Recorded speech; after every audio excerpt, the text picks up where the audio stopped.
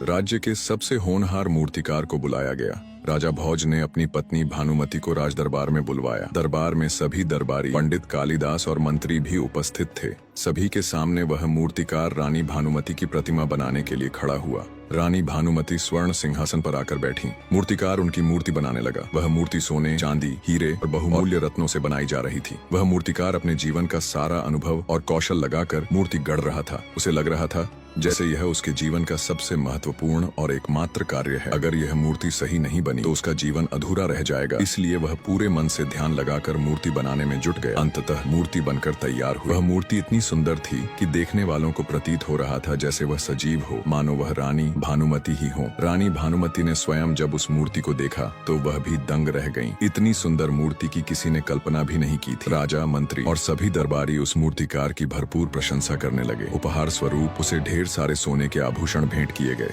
इतनी प्रशंसा पाकर वह मूर्तिकार स्वयं को बहुत भाग्यशाली समझने लगा। फिर राजा के सिंहासन के पास एक और सिंहासन रखा गया और उस पर रानी भानुमति की मूर्ति स्थापित कर दी गई। राजा भोज ने देखा कि सभी प्रसन्न हैं, परंतु पंडित कालिदास कुछ उदास दिखाई दे रहे थे। यह देखकर राजा ने पूछा, पंडित महाशय, आप प्रसन्न नहीं दिखाई दे रहे। क्या इस मूर्ति में कोई दोष है? क्या इसमें कुछ छूट गया है जो मूर्तिकार नहीं बना पाया? तभी पंडित कालिदास बोले, महाराज, यह प्रतिमा अभी संपूर्ण नहीं हुई है। इसमें एक छोटा सा दोष है। यह सुनकर सभी चौंक गए। स्वयं मूर्तिकार भी चकित होकर बोला, ऐसा कैसे हो सकता है? मैंने तो दिन रात एक करके यह मूर्ति बनाई है। इसमें क्या दोष है? कृपया बताएं।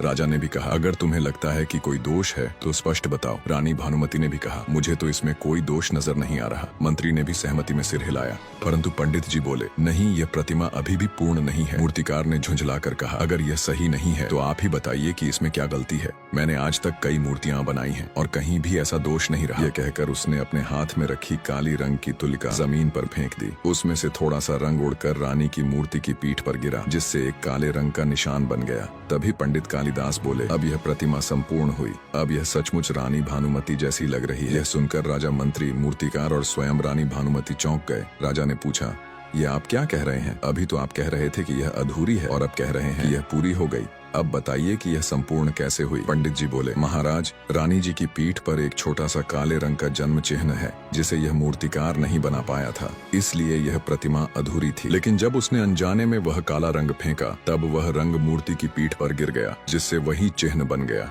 अब यह प्रतिमा वास्तव में रानी जी के समान प्रतीत होती है। यह सुनकर राजा और दरबारी आश्चर्यचकित रह गए। राजा बोले, यह कैसे हो सकता है? मैं इतने दिनों से रानी भानुमति के साथ रह रहा हूँ, लेकिन मुझे नहीं पता कि उनके शरीर पर कहाँ निशान है। फिर तुम यह कैसे कह सकते हो कि रानी की पीठ पर एक काले रंग का निशान है?